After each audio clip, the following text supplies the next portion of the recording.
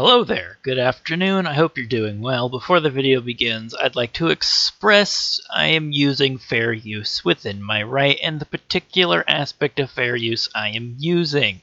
According to the fair use laws, under certain circumstances, citizens can use copyrighted material without the authorization of the person holding the copyright claims. This type of infringement is referred to as fair use and is allowed for the purposes of criticism, news reporting, teaching, and parody. If there are any further inquiries, please refer to the description, as I'm using both the criticism aspect and the transformative aspect, but to save time, I shall leave the transformative aspect inquiries for the description. So, with all that out of the way, let's begin the video. The video features a little girl, presumably in her classroom, examining a picture she drew of her family when she notices another picture on the wall showing a little girl with two mothers.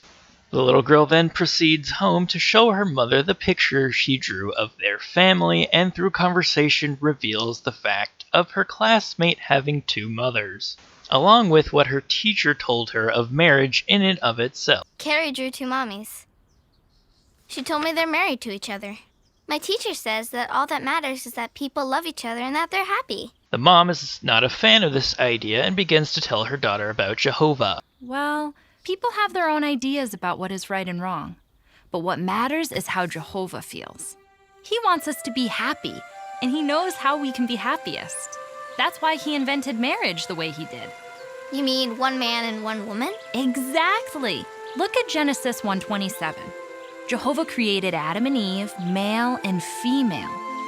Then in Genesis 2:24, he said that a man will stick to his wife.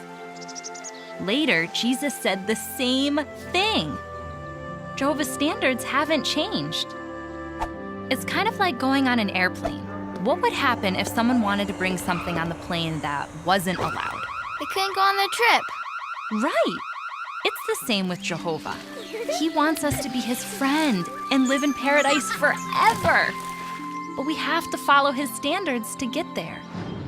At Matthew 7:13 and 14, it talks about the road leading to paradise. To get there, Jehovah says we have to leave some things behind. That means anything Jehovah doesn't approve of. Now, here is the main argument posed by the Jehovah's Witnesses via this video that was just expressed by the mother. That entire little cartoon within the cartoon, which is weird cartoon inception, is basically the argument being posed this time around by the Jehovah's Witnesses. We'll be examining it bit by bit, but before we do, let it be said that I let the entire argument play without interjection or stop. I have seen a lot of other YouTubers get flack for interjecting too early or not playing an entire argument of a piece of media they are examining. I just let the entire argument, main argument, mind you, be played without interruption, cutting, or anything else. Now, with that preface out of the way, let's begin examining the main argument. My teacher says that all that matters is that people love each other and that they're happy. Well, people have their own ideas about what is right and wrong.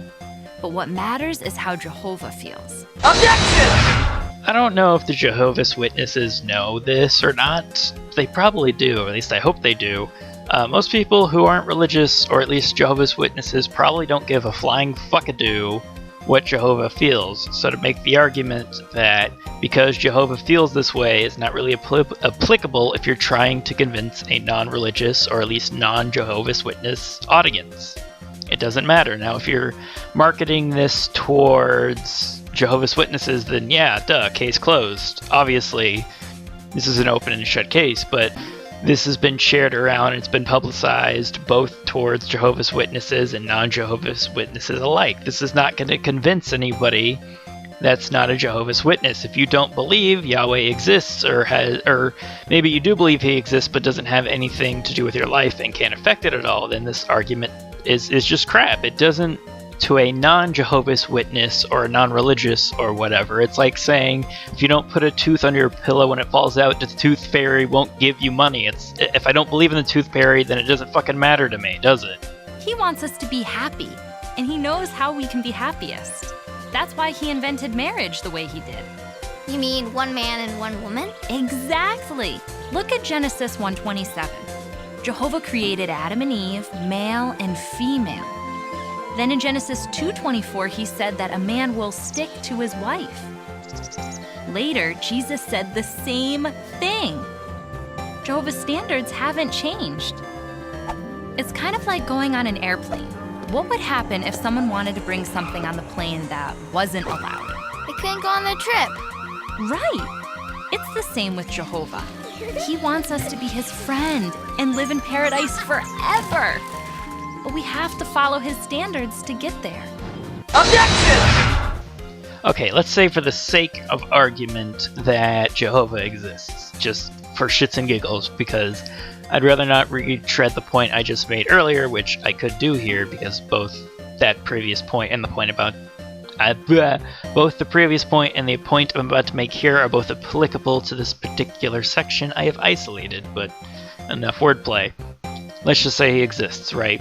He has these particular stipulations, and this is a question, this is something I could bring up to this particular part of the video, because they just said the last word was there are particular stipulations you have to meet before you could go to heaven. It's like the fucking airport. Again, semantics. I could also make the case of, well, we know the airport exists, but we don't know Jehovah exists, blah, blah, blah, but that's a whole theological debate for another time, and I don't want the comments to explode. So let's just say for this particular thought experiment, Jehovah exists in some way or another.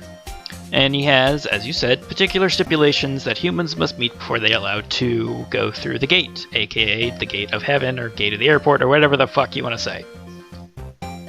Why would these stipulations exist exactly? They could exist, fine, whatever, but why? And more on the point, why would he give humans an option to not meet these stipulations? If he's the creator of everything, it should be easy for him to tweak our brains to meet these stipulations, no matter how tough or easy they are to meet. Now, from your perspective, being raised religious, it doesn't seem that hard, but when it comes to science and human emotion, things we know about genetics and affection and sexuality, some people are mentally just born to be wired a particular way. I mean, actually, most people are. Some people mentally, rarely, it's a rare case, I'm not saying it's an overall thing, but there are people who exist, in a minority, a very rare minority, who can basically, feel sexual to wherever they want. They can pick and choose, and I forget what it's called, but it's not necessarily they can pick and choose. I mean, some even smaller in this category can pick and choose, but more often than not, this minority of people, they are sexual to whatever is there at the time. They are I think it's unisexual. I don't know what the fuck it's called. It's not one of the made up sexualities from like the left. It's the fuck is it called? It's basically let's just take a guy and he's this whatever sexuality, I forget the name. And you put him in the room with a man, he's sexually attracted to a man. Put him in the room with a woman, you get my point. That's a thing that exists. But besides those people, besides that minute, small portion of the populi, which barely makes up, I don't even think, a percentile, maybe 1%, I'm not sure. It is a very, very small, rare minority. Besides those people, most, because I just said that whole thing. So most of humanity is made up of a predetermined, not, divine intelligence, intelligent design. We'll leave that for another video, but whether, however it got here, whether you think divine intervention, intelligent design, genetics, whatever, we can all agree that most people are wired a particular way, and they will be like that till they die. I'm wired a particular way to be heterosexual. I like women. Homosexuals are wired in a particular way to like, the fellow sex. So why would a god wire the human brain this way to where they're physically, they're obviously physically, but they're not mentally capable. They're genetically capable, but they're not mentally capable of meeting this stipulation. The stipulation set being in order to go to heaven. I'm sure there's other ones, but for this particular video, the stipulation set forth is opposite sex marriage, man and woman. What kind of fucking god would make people who can't meet that stipulation mentally, and if they do meet it, suffer emotional pain up the wazoo, just so when they die, they can go play around with Yahweh in the magical Sky Kingdom? That's kind of fucked up, if you think about it.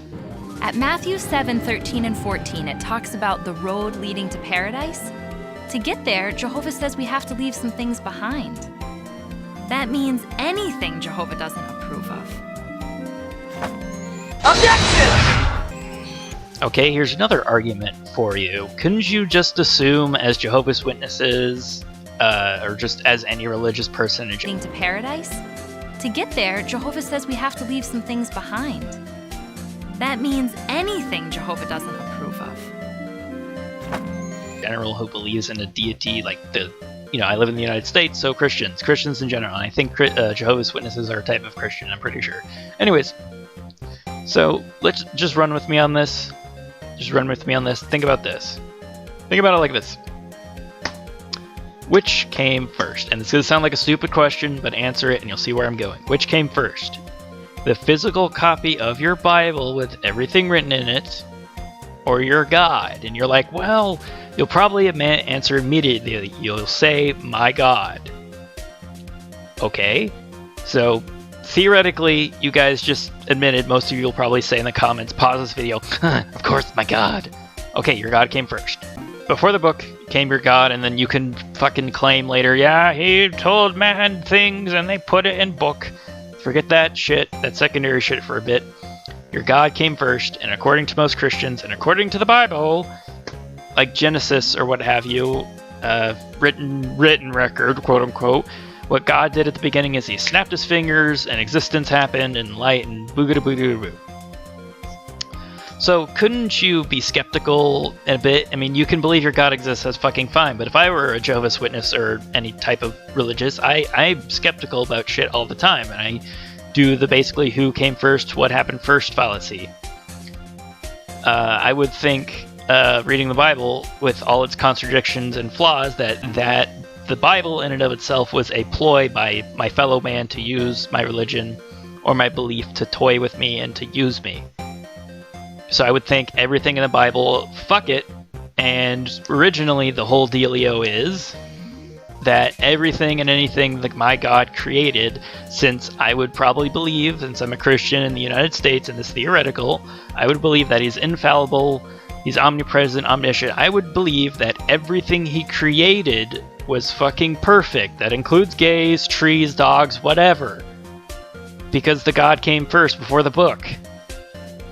So, with that being said, my brain farted, hang on. So yeah, with that being said, I would just assume the book is bunk, praise my God, move on. If you guys start doing that, if religious people start doing that, like especially the Christians, the Westboro, the Jehovah's Witnesses, everybody would get along fine. You could leave the gays alone, you could just fucking, I mean, it'd be great. I used to be on the train of get rid of all religion, I'll admit that, but I got off of that because that's fucking stupid and intolerant. But my compromise would be to at least convert all the Christians to non-denoms, because non-denoms leave people the fuck alone nowadays. There are cases that could be made for non-denoms back in the day, but the most chilled out Christian, or at least religious I've met next to Mormons, are non-denom Christians. They chill the fuck out, they just believe in God and that's fucking it. Let's let everybody be non-denom, they can leave everybody else the fuck alone, believe in their God, and that's it. Let's do that. How about that? Because that seems a lot more plausible. It seems a lot more plausible that your book of fairy tales was written by man as a ploy to use you, as opposed to it being written by your God. So after that whole spiel, the little girl's like, I want everybody to get into heaven, yo. And the mom's like, okay, how are you going to do that? And the little girl's like, well, I can tell them about all the cool things. Mom's like, all right, cool. Let's tell them about all the cool things. But before you can do that, we got to study our Bible. Whee!